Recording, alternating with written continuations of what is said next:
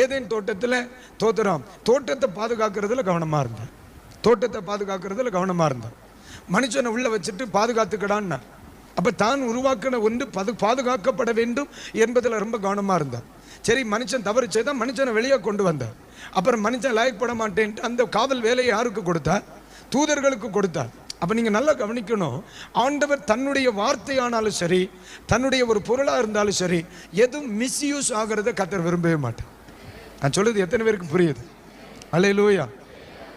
இப்போ பாருங்க, அவருடைய பேரை கூட நீங்கள் தவறுதலாக பயன்படுத்தினா அவருக்கு பிடிக்காது. அவருடைய நாமத்தை வீணிலே வச்சா பேரை கூட தேவையில்லாமல் காமெடிக்கு பயன்படுத்தக்கூடாது. அவருடைய பேரை கூட மிஸ்யூஸ் பண்ணக்கூடாது. அப்போ அவருடைய ஒன்றை, அவருடைய அழைப்பை மிஸ்யூஸ் பண்ணக்கூடாது. அவருடைய தரிசனத்தை நீங்கள் மிஸ்யூஸ் பண்ணக்கூடாது. அவர் தந்த ஒரு பொருளை மிஸ்யூஸ் பண்ணக்கூடாது. அவருடைய ஒரு காரியத்தை நீங்கள் மிஸ்யூஸ் பண்ணக்கூடாது. அவருக்கு கொடுக்க வேண்டிய நேரத்தை மிஸ்யூஸ் பண்ணக்கூடாது. அந்த விஷயத்தில் அவர் ரொம்ப பெர்ஃபெக்டாக